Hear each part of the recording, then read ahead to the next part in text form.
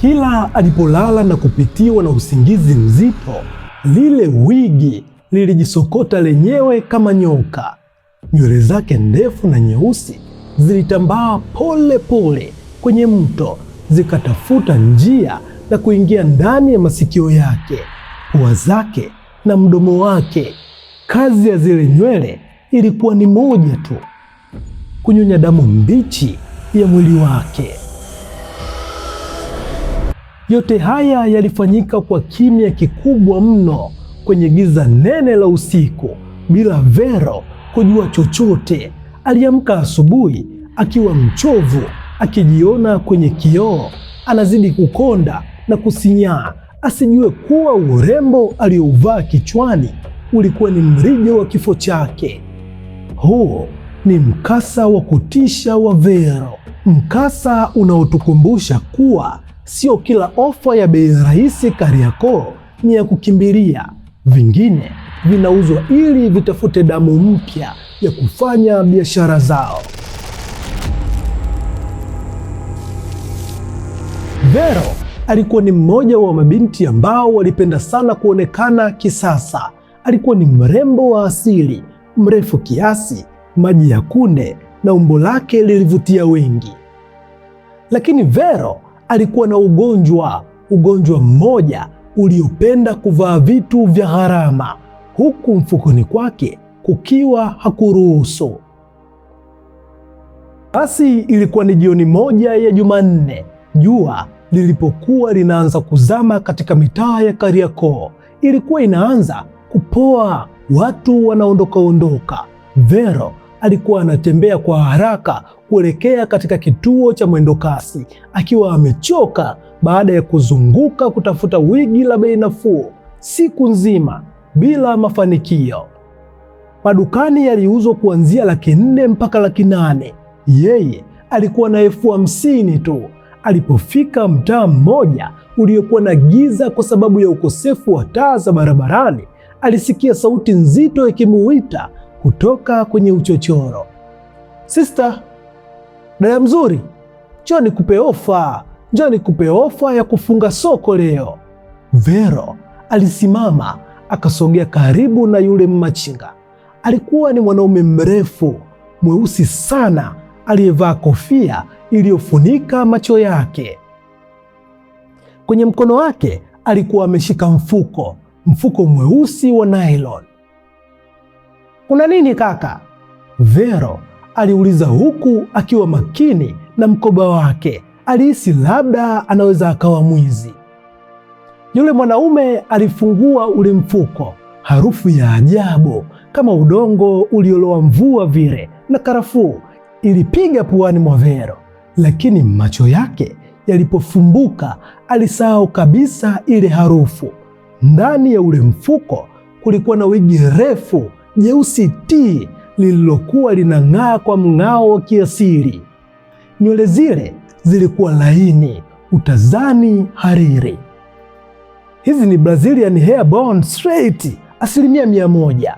Yule mwanaume aliongea kwa haraka. "Nimepata bandarini leo, nina shida ya haraka sana. Nipe 50,000 yako tu uondoke nalo, sitaki maswali hapa."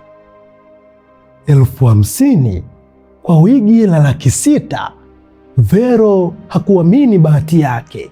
Akili yake ilimwambia labda huyu mwizi ameiba, anataka kuuza haraka. Tamaa ya urembo ilimziba macho. Alitoa ile hela akampa yule mwanaume, akachukua ule mfuko na kuondoka haraka huku asiangalie nyuma. Kile ambacho Vero hakukijua ni kwamba yule hakuwa machinga wa kawaida. Zile nywele hakuzitoa bandarini kama alivyosema, zilitoka makaburini, zilinyolewa usiku uliotangulia kutoka kwenye maiti ya mwanamke aliyekufa kwa ugonjwa wa ajabu. Mwanamke ambaye roho yake haikupumzika na sasa ilikuwa inatafuta makazi mapya.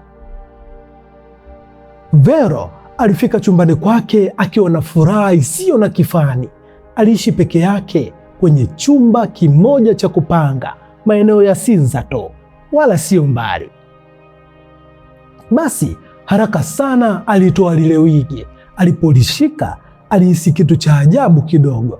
Lile wigi lilikuwa na ubaridi mkali kama limetolewa kwenye friji, na lilikuwa zito kuliko mawigi ya kawaida. Lakini hakujali. Alichukua maji ya uvuguvugu na shampuu akaliosha vizuri ili kuondoa ile harufu ya udongo. Ajabu ni kwamba maji yaliyokuwa yanadondokea kwenye lile beseni yalikuwa na rangi nyekundu iliyofifia kama maji yaliyooshea nyama. Unajua nyama ukiosha, yale maji ndio yalikuwa yakitoka kwenye hilo wigi. Vero alizani ni rangi ya kiwandani inakotoka. Baada ya kulikausha, alisimama mbele ya kioo na kulivaa. Sekunde ile ile wigi lilipotua kichwani mwake tu, Vero alihisi mshtuko mdogo kama wa shoti ya umeme ikipita kwenye uti wake wa mgongo mpaka kwenye miguu. Lakini alipojitazama kwenye kioo, oh my God, alishtuka kwa uzuri wake mwenyewe. Zile nywele zilishuka vizuri mpaka mgongoni, zilimfanya aonekane kama malaika. Sura yake ilinawiri na muonekano wake ukabadilika kabisa. Alijipiga picha nyingi sana na kupandisha kwenye WhatsApp status yake na Instagram. Sifa zilimiminika kutoka kwa marafiki zake usiku huo huo. Usiku ule Vero alivua lile wigi na kuliweka juu ya kiti kilichokuwa kando ya kitanda chake. Akazima taa, akajifunika shuka na kulala. Ndipo maafa yake yalipoanza rasmi. Saa 8 usiku, chumba kikiwa kimetawaliwa na ukimya, lile wigi lilianza kujisogeza taratibu. Zile nywele hazikuwa nywele za kawaida za binadamu, zilikuwa ni mishipa inayosaka uhai. Kwa mwendo wa kutambaa kama buibui mkubwa mweusi, lile wigi lilisogea kutoka sakafuni, likapanda kwenye miguu ya kitanda cha Vero na kusogea taratibu mpaka kwenye mto wa Vero. Vero alikuwa amelala chali, anapumua vizuri. Lile wigi lilitua kando ya uso wake, kisha vishungi vya nywele viliinuka na kuanza kujisokota. Nywele nyembamba ziliingia taratibu ndani ya matundu ya pua ya Vero. Nyingine ziliingia kwenye masikio yake, nyingine zilipenya kupitia midomo yake iliyokuwa wazi kiasi na kuelekea kooni mwake. Zilipofika kwenye mishipa mikubwa ya damu, zilianza kunyonya kama mtu anavyonyonya juisi kwenye kopo kupitia mrija. Kila tone la damu lilivutwa lilifanya ile nywele izidi kuwa nyeusi, nzito na yenye kung'aa. Lile wigi lilikuwa linakunywa damu ya Vero. Yote haya yalifanyika bila Vero kusikia maumivu makali ya kumwamsha. Uchawi wa lile wigi ulimpa ganzi na kumpandikizia ndoto za ajabu. Aliota yuko kwenye ukumbi mkubwa wa harusi akicheza mziki, huku watu wote wakiwa hawana nyuso. Ndoto ya kichawi mno. Ilipofika saa 11 alfajiri, kabla jogoo hajawika, lile wigi lilitoa nywele zake zote kutoka kwenye mwili wa Vero, likatambaa kurudi kwenye kiti chake pale ambapo paliwekwa usiku. Lilikaa kama vile halijawahi kuguswa tangu aliweke. Vero aliamka asubuhi akiwa na uchovu uliopitiliza. Kichwa chake kilikuwa kizito, alihisi kiu kali sana ya maji. Usingizi wa leo mbona kama nimebeba zege, alijinong'oneza, na huku akijivuta kuelekea bafuni. Alipojitazama kwenye kioo, aliona macho yake yameingia ndani kidogo, lakini hakuhisi tofauti kubwa sana. Alivaa wigi lake na kwenda kwenye shughuli zake. Sio wigi tu, alijipodoa kidogo, si unajua tena mwanamke akiwa anatoka. Basi tena wiki 2 zikapita. Kila usiku ibada ilikuwa ni ile ile, Vero akilala tu lile wigi linamfuata na kumnyonya damu yake. Kadiri siku zilivyokuwa zinasonga, Vero alianza kupoteza uzito kwa kasi ya kutisha. Sura yake iliyokuwa imejaa na kuvutia sasa ilianza kusinyaa. Ngozi yake ikawa na rangi ya njano. Mikono na miguu yake ilikonda mpaka mishipa ya bluu ikaanza kuonekana waziwazi. Alikosa nguvu za kufanya kazi zake ndogo ndogo za kawaida tu. Hata kupanda ngazi za ghorofani ilikuwa ni mtihani mzito uliomfanya aheme juu juu. Vero alikonda. Lakini kitu cha kushangaza na cha kutisha ni hiki: lile wigi halikuwahi kuzeeka. Kinyume chake, lile wigi lilizidi kuwa zuri kwa kiwango cha kutisha. Zile nywele zilikuwa ndefu zaidi kuliko alivyolinunua. Zilikuwa nzito, nyororo na zilinukia harufu nzuri ya asili asiyoijua inatoka wapi. Marafiki zake walianza kumuuliza maswali Vero. Wakamuuliza, Vero, mbona unakonda hivyo shoga yetu? Unasumbuliwa na stresi au ni ugonjwa? Mbona unasinyaa hivi, utazani mtu mwenye ngoma? Rafiki zake wote, hasa aitwaye Neema, alimuuliza siku moja walipokutana. Vero alijibu kwa sauti dhaifu, akasema, sijui Neema, nakula vizuri tu, lakini sijisikii vizuri, mwili wote unaniuma. Naenda hospitali kupima kesho ili nijue. Neema alimtazama Vero kwa huruma, kisha akagusa lile wigi kichwani mwake. Lakini pamoja na ukondaji wako wote huo, hili wigi lako linakutoa sana. Yaani wigi ni zuri, hizi nywele zina afya, utadhani zinaota kichwani mwako kabisa. Ulinunua wapi shoga yangu? Vero alitabasamu kwa shida. Hakujua kuwa afya ya zile nywele ilikuwa inatoka kwenye damu yake, damu inayokauka kwake yeye mwenyewe. Hali ya Vero ilizidi kuwa mbaya. Siku moja akiwa anapika chumbani kwake, alihisi kizunguzungu kikali, dunia ikizunguka, na akaanguka chini na kupoteza fahamu. Vero alizindukia hospitalini kwenye kitanda cha wodi ya wagonjwa mahututi, akiwa amewekewa dripu ya maji na mrija wa oksijeni. Neema ndiye aliyemkuta na kumkimbiza hospitalini. Daktari alikuja na majibu ya vipimo. Alimtazama Vero na Neema kwa mshangao mkubwa. Akasema, hali ya mgonjwa inasikitisha sana. Daktari alianza kuelekeza kwa upole. Akasema tena, Vero, kiwango chako cha damu kimeshuka mpaka kufikia 3. Hii ni hatari sana. Mtu wa kawaida anapaswa kuwa na damu kuanzia 12. Ina maana huna damu kabisa mwilini mwako. Mwili wako unakausha damu kama sponji inavyokausha maji. Lakini dokta, Neema aliingilia kati. Akasema, Vero hajavuja damu yoyote nje, hana jeraha lolote, hana ugonjwa wa kansa ya damu, na tumempima mpaka magonjwa yote makubwa, yuko salama. Hiyo damu imeenda wapi dokta?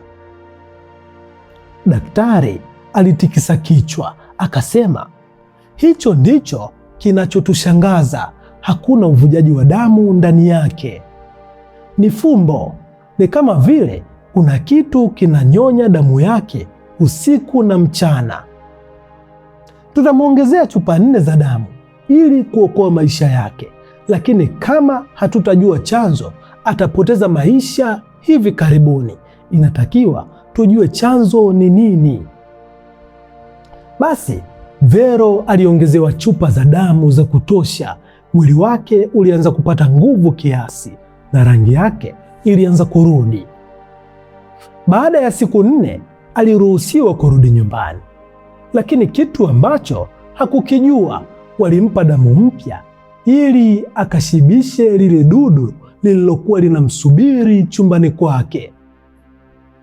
Wakati Vero yupo hospitalini, lile wigi lilibaki kwenye kiti chumbani kwake likiwa na njaa ya siku 4, likiwa limesinyaa kidogo, likisubiri mlo wake urudi. Inatisha sana, inaogopesha mno. Basi ilikuwa ni usiku wa kwanza tangu Vero arudi kutoka hospitalini.